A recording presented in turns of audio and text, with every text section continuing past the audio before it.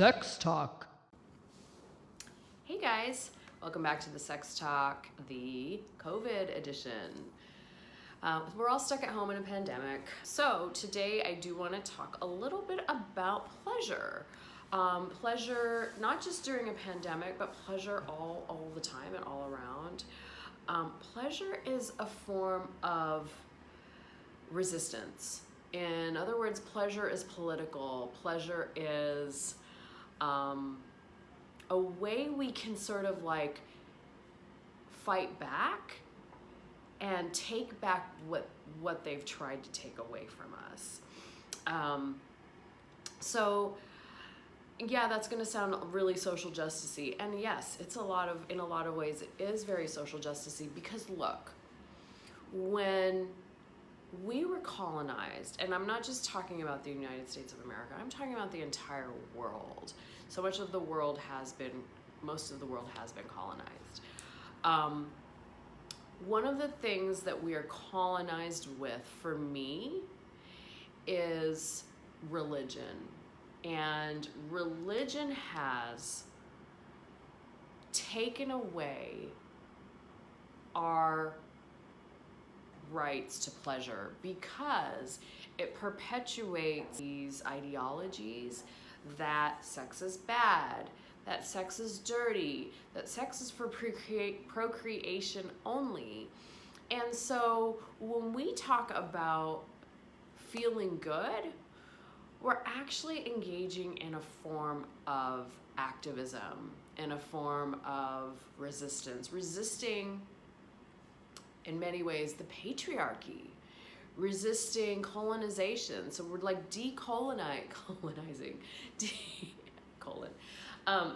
we're decolonizing ourselves in the process of embracing our pleasure. So, you know, in the midst of this pandemic, I sent out a newsletter, and I was hosting a couple of workshops for Dame Products. And Dame is a sex toy company, woman-owned sex toy company out of Brooklyn, New York. A fabulous group of women, fabulous company. Their sex toys are impeccable. I love them. I own several. And I sent out this email about the workshops I was running, and I made some comments about how pleasure is activism. And an older white man, a therapist, got really upset and sent me, this is the wrong time to do that. This is not the right time to be talking about pleasure when people are fighting for their lives. And I hear what he's saying. Yes, so many people are not thinking about intimacy or relationships or anything like that right now. But I think that a lot of people are. And I think there's a huge social justice movement going on right now. I know. And if not now, when? If not now, when do we begin to fight for what is rightfully ours? Our body, our pleasure, the way just simple things like the way we dress, the way we look, who we talk to, how we relate to one another. If we don't start to take some of that back, then if not now, when? So, even looking at something like Black Lives Matter, taking back what is ours, right? So racism is a form of holding people down, oppressing them, not allowing them to go places. Obviously, a lot of hatred, a lot of very outwardly dangerous things happen, and also some things that are also very dangerous but not so outward happen as well, like people working really hard and not being able to move up in the world and things like that.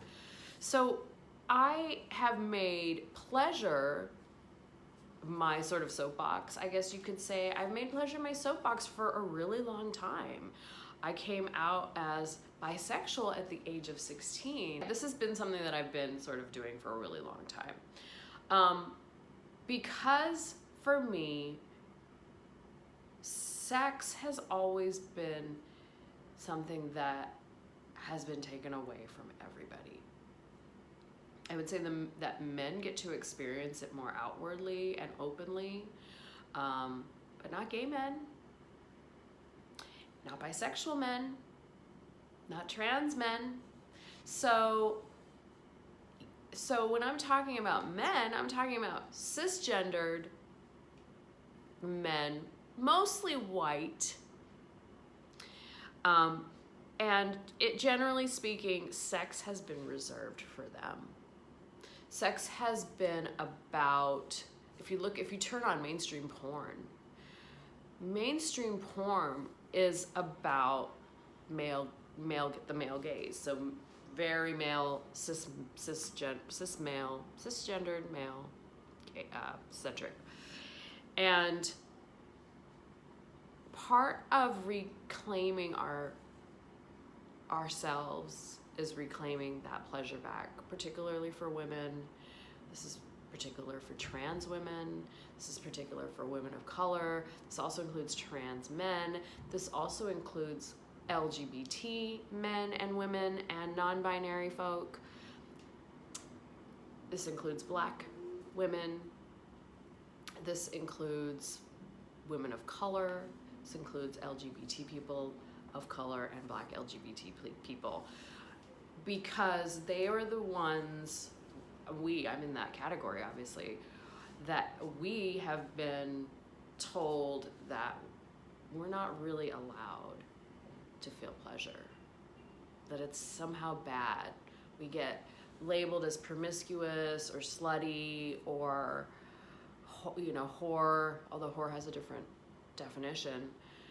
Those are the type of labelings that we often get, and we internalize those messages, and guess what?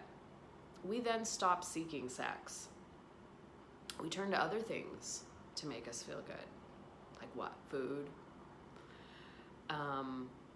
overeating, drugs, abusing drugs, alcohol, gambling, abusing power, maybe abusing money.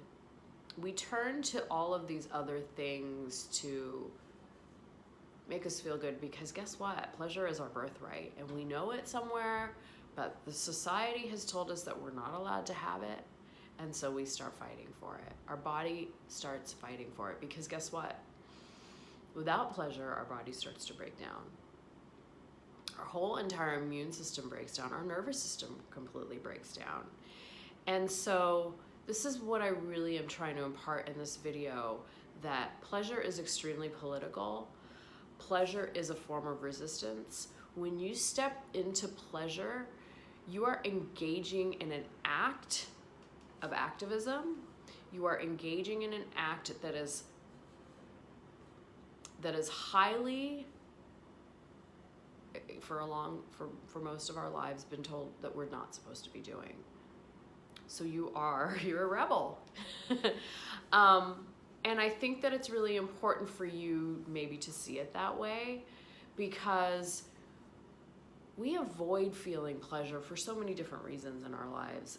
We've been told that we're not supposed to masturbate, so we'll go and, this is like a very private thing. We don't tell anybody about it. We'll do it in secret. We'll feel guilty about it. We'll feel shame about it.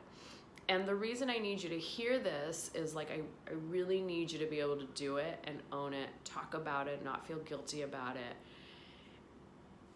and step into your pleasure once and for all, and recognize that when you do, you're not just doing something for yourself, you're doing something for the greater good.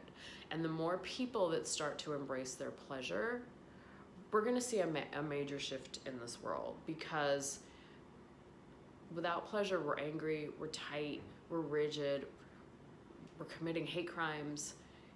There's so many things. We're extremely traumatized, and pleasure is one of the ways that we can start to heal that trauma as a society, as a world, individually, all of it. So there's some great books that you can read that are out there. There's Pleasure Activism by Adrienne Marie Brown. There's some other ones as well. I will happily list them in the description of the video below. So, but regardless of that, I just want you to remember that, and I want you to take back your pleasure. Bring it back. All right, I'll talk to you later. Bye.